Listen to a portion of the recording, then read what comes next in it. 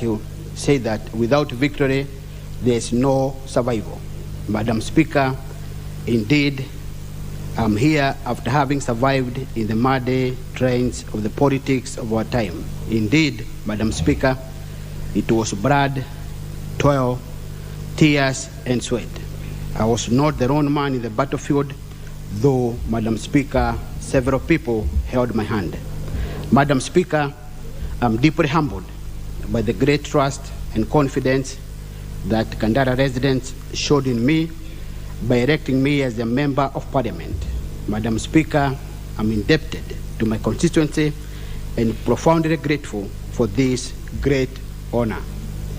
Madam Speaker, once Muranga's great son, the late Kenneth Matiba, may he rest in peace, affirmed that the people should be let to decide. Indeed, Madam Speaker, Kandara residents indeed decisively voted me in amidst the stiff opposition. Madam Speaker, I pledge to perform my legislative duties as pertains to the Constitution, and that I shall not let them down. Madam Speaker, leadership should be people-driven, and Kandara residents shall be the wind beneath which my duties shall be anchored on. Madam Speaker, I want to take this moment to thank my party, UDA, my party leader, His Excellency the President of Kenya, William RUTO, and all the UDA members who vigorously campaigned for me, leading to my eventual victory. I'm forever grateful. Madam Speaker, to my campaign team that withstood the tough season of campaign to the very end, leading to this very moment. I'm also very immensely grateful to them, not forgetting my family and friends who were there for me all through. Madam Speaker, to the Almighty God who has made everything beautiful in its time, I convey my immense gratitude. Madam Speaker, and my fellow honorable members, I'm humbled to know that I shall be standing on the shoulders of giants at a time when Kenyans are dealing with a lot of challenges. I believe, Madam Speaker, that we have what it takes to pass the bills that benefit the hustlers in this spirit of bottom-up economy policy. Madam Speaker, this Parliament takes over the reins during a critical time when Kenyans are grappling with increased cost of living. Madam Speaker, this surge in prices of basic commodities have been made worse by the ongoing Russia-Ukraine conflict, which has resulted in disruption of the global supply chain. Madam Speaker, the ongoing drought has also brought in its wake decreased food production, which has threatened our food security. Madam Speaker, we must therefore be alive to these challenges that face all our nation. We therefore, Madam Speaker, have before us the task of exercising our duties in a way that uplifts the lives of all Kenyans. Madam Speaker, the President, in line with the UDA manifesto, has already introduced the fertilizer subsidies, which will bring down the cost of farming. Madam Speaker, the 50 billion hustler loan kitty to help the micro, small and medium enterprises to access cheap credit has already been dispersed. Madam Speaker, the affordable housing project will also benefit many Kenyans.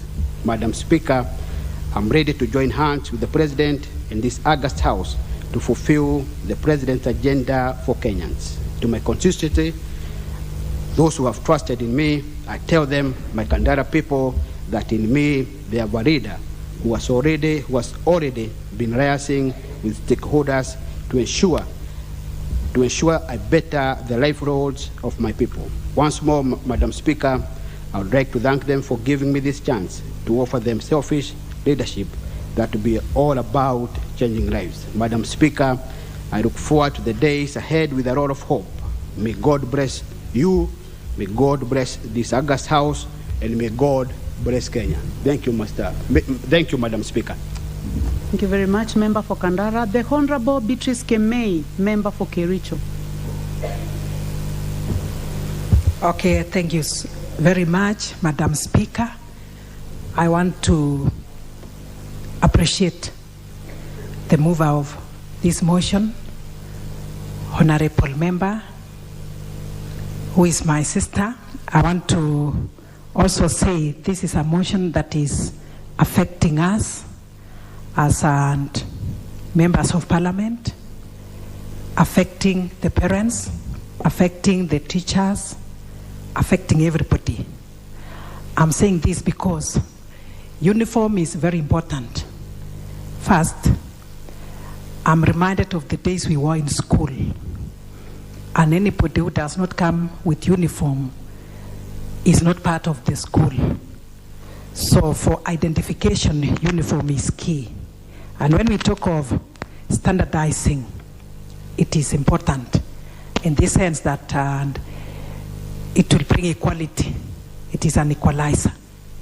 We have schools in rural, we have schools in urban, we have schools that are day, we have schools that are boarding, we have public schools, we also have private schools.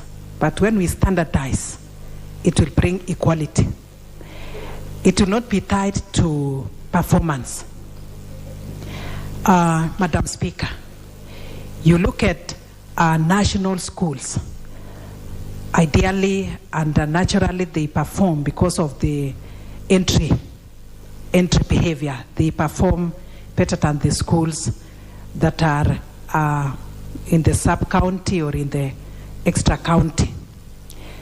And therefore, whenever they call for maybe drama or any other of these extracurricular activities, schools that come from the rural or even in the extra county or maybe in the sub-county, they feel inferior. So this uniform will bring equality. And in any case, when this uniform is standardized, Madam Speaker, it will also affect the pricing. What does this mean? You will realize that when the uniform is not standardized, the prices are actually different. Schools give different prices depending on the quality, depending on the color, depending on maybe where the uniform is bought. But if it is standardized, and then everybody's schools will be allowed, or students will be allowed to buy from anywhere, this will actually assist and help the parents who are not able to pay. CDF and of course NGAF give bursaries.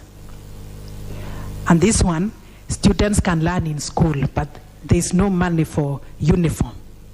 But if it is standardized, it means parents will be able to afford, at least for the students to be in school.